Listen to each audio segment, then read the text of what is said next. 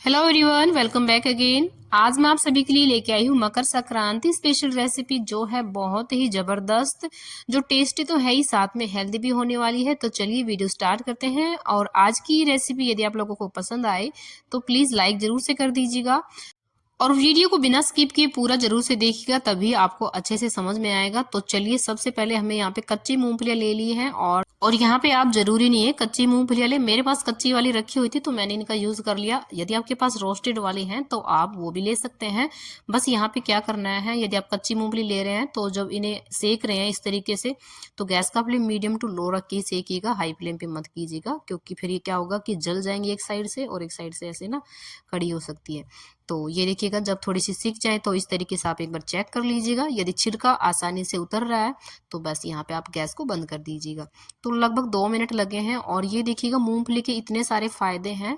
तो सर्दियों में मूंगफली खाना सिर्फ एक टाइम पास नहीं होता है, आपकी हेल्थ के लिए भी बहुत ही अच्छा होता है ये, क्योंकि इसके अंदर बहुत सारे विटामिन, फाइबर्स और मतलब कैल्शियम, इतने सारे मतलब गुण हैं इसके अंदर कि मैं यहाँ पे गिनवाऊंगी तो वीडियो बहुत लंबी हो जाएगी। तो ये देखिएगा, मूंगफली को हमने हल्का सा रोस्ट कर लिया है।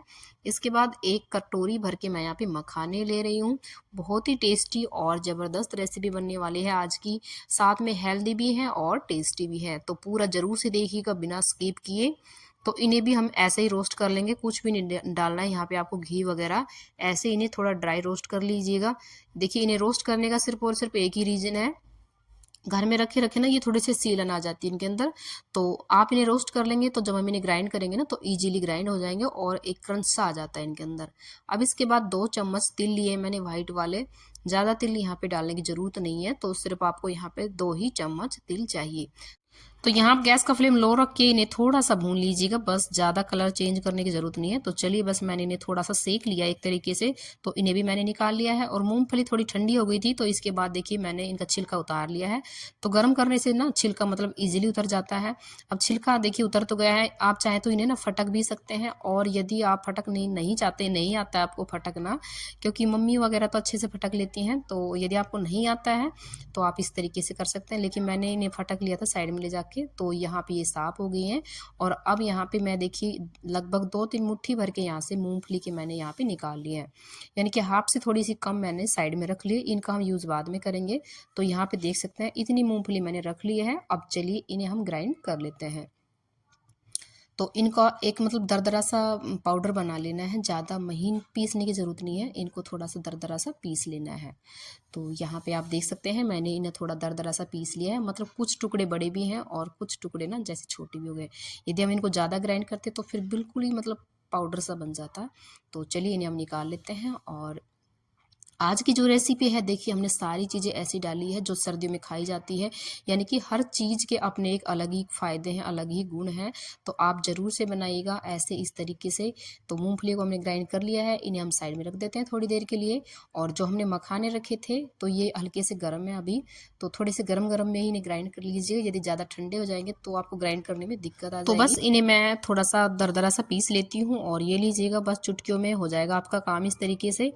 और इन्हें मतलब छानने वगैरह की ज़रूरत नहीं है, ऐसे ही यहाँ पे आप डाल सकते हैं। तो आप चाहें तो बिल्कुल पाउडर भी बना सकते हैं। तो मैंने थोड़ा सा मतलब दरदरा सा ही रखा है यहाँ पे दोनों चीज़ों को। तो इसी मूंगफली वाले पाउडर के अंदर हम इसे भी मिक्स कर देते हैं। तो चलिए, अभी के लिए हम इसे साइड में रख देते हैं और अपना नेक्स्ट स्टेप देख लेते हैं। तो पूरा वीडियो जरूर से देखिएगा, कुछ चीज़ें ऐसी होती हैं हम लोग स्किप कर देते हैं और फिर हम उनको मतलब पता नहीं चल पाता है हमें। तो यहाँ मैंने कुछ कटोरियाँ ले ली हैं। देखिए, सबसे पहले आप चाहें तो यहाँ पे ऑयल से ग्रीस कर सकते हैं, मैं यहाँ पे घी से कर रही हूँ। तो बस इन्हें ग्रीस कर लीजिएगा। और ये देखिएगा, अब इसके अंदर हम ऐड कर देते हैं जो हमने तिल रखे थे थोड़े से भून के। और यहाँ देखिए, तिल भी मतलब सर्दियों में काफ़ी हेल्दी होते हैं और इनकी जो तासीर होती है ना, गर्म होती है।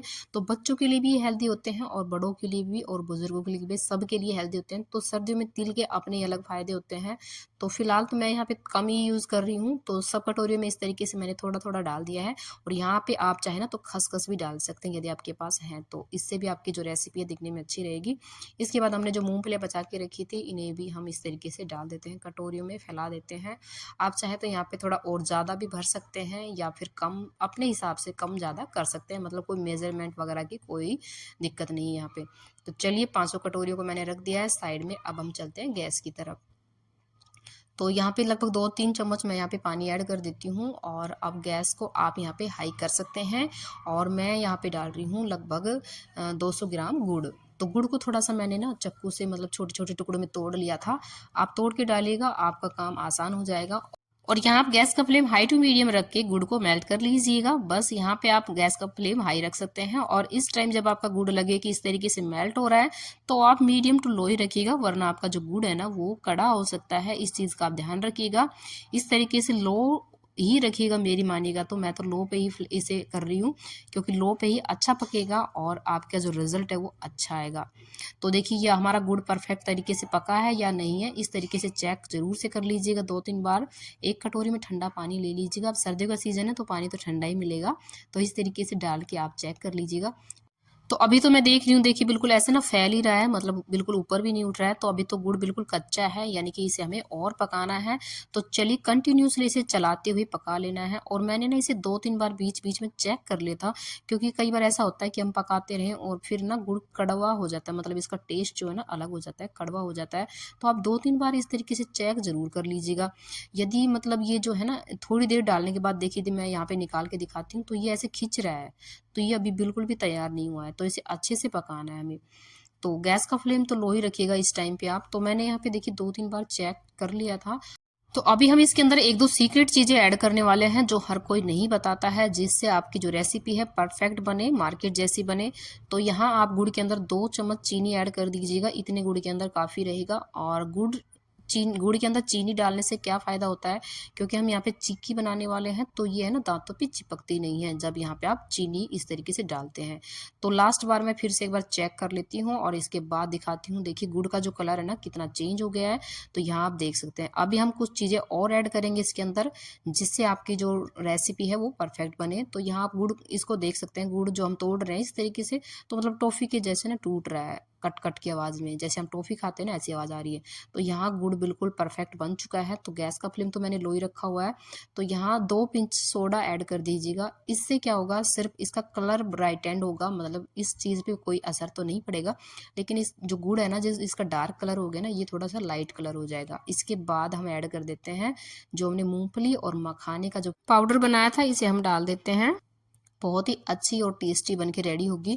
तो इस टाइम पे आपको बहुत ही फटाफट से हाथ चलाना है। तो गुड़ हमारा रेडी हो गया है और गैस को मैंने देखिए बस ऑफ कर दिया है यहाँ पे लगभग। तो चलिए अब हम फटाफट से, हमने कटोरियाँ पहले से सेट करके रखी हुई थी। वैसे आप चाहें तो किसी प्लेट वगैरह में सेट कर सकते हैं, लेकिन ऐसे दिखने में भी बहुत ही अच्छी लगती है और यूनिक लगती है। और टेस्टी तो सचमुच में मैं बताऊँगी लास्ट में कितनी अच्छी बनी थी।